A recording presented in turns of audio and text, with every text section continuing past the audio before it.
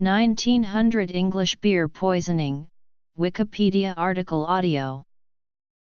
The 1900 English beer poisoning was a food safety crisis where more than 6,000 people were poisoned by arsenic-tainted beer, with more than 70 dying as a result.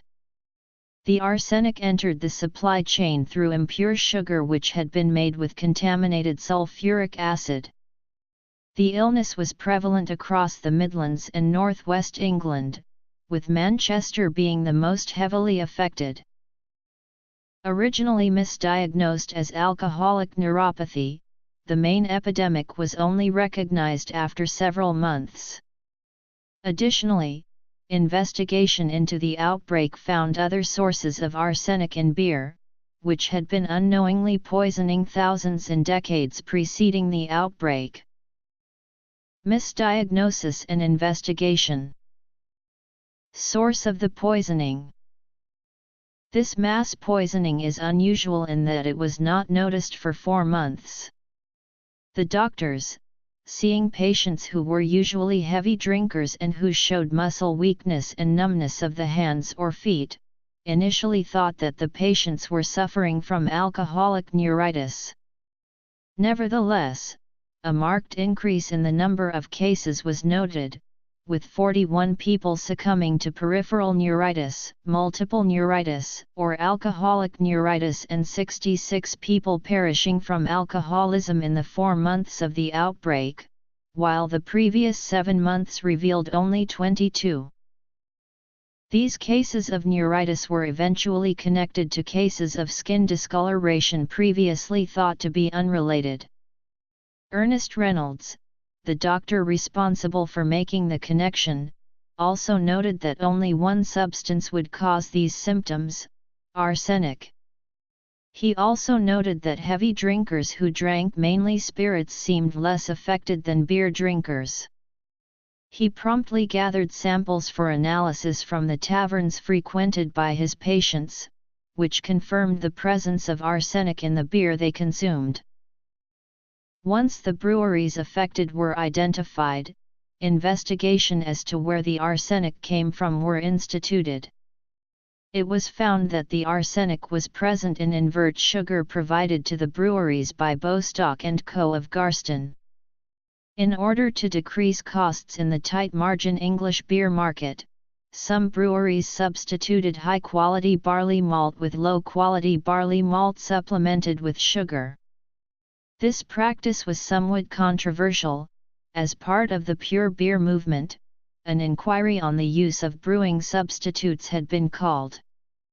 This inquiry, starting in 1896 and ending in 1899, had concluded that brewing substitutes were not deleterious materials under the Sale of Food and Drugs Act 1875 and that further legislation was not required.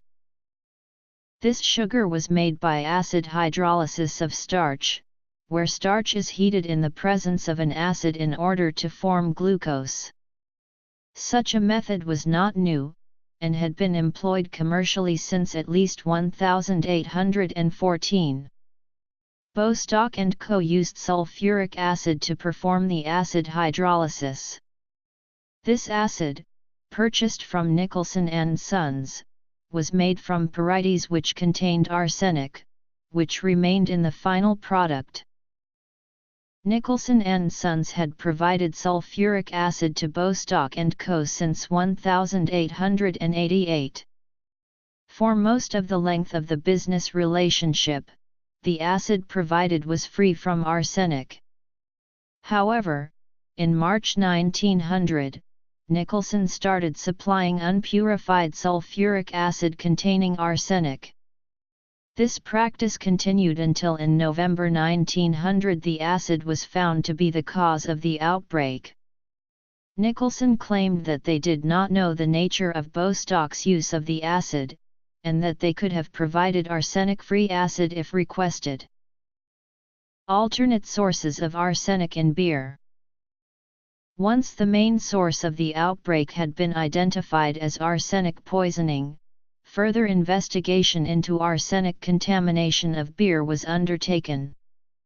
Eventually, it was found that arsenic was also introduced into beer by the malted barley. In the killing stage of the malting process, the barley humidity content is reduced by drying the grain with the hot vapors of a fire, usually fueled by coke or coal. It was found that when arsenic is present in the fuel, it could then be deposited upon the barley before steeping, and therefore would be present in the final product. Investigation into the outbreak uncovered that most cases of alcoholic neuropathy endemic to Manchester were, in fact, misdiagnosed arsenic poisoning, with this alternate route being responsible for the poisoning of thousands in the years preceding the outbreak. This method of contamination was deemed responsible for an outbreak in the borough of Halifax in January and February 1902, where 13 to 14 cases of arsenic poisoning were noted, with 3 fatalities. The culprit in this case was deemed to be malt dried over gas coke. Halifax 1902 beer poisoning. After the cause of the poisoning was reported by the media, a considerable reduction in beer consumption was noted in the region. The response from the brewing industry was mixed. There was a strong, immediate reaction from some breweries, led by the large Manchester brewery Groves and Whitnall, who went as far as sending out telegrams to all the taverns and inns that had purchased their beer. Breweries disposed of thousands of barrels of beer by dumping them in the city's sewers. Other breweries were slower to respond, with fines being handed out to beer whose samples could still be purchased by investigators.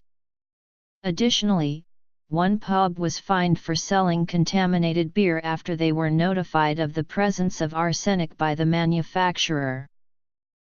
In Lancashire, 23 taverns and pubs were prosecuted for violations under Section 6 of the Sale of Food and Drugs Act 1875. Reaction. Bostock & Co. went into liquidation, and sued Nicholson and Sons for damages. The judge awarded Bostock money for the contaminated products purchased, but not for damages incurred by using the contaminated product in their sugars manufacture. Long-term effects. The poisoning resulted in the appointment of a royal commission led by Lord Kelvin, which submitted a preliminary report in 1901 and a final report in 1903. The effects on the beer market were short-lived, and consumption of beer resumed throughout the year. Attempts to revive the pure beer movement were nullified by the Commission's report, and by the fact that arsenic was present in malted barley as well as sugar. There seemed to be no direct effects on legislation resulting from the incident. In 1901, a considerable decline in the birth rate was noted in Manchester, Salford, and Liverpool.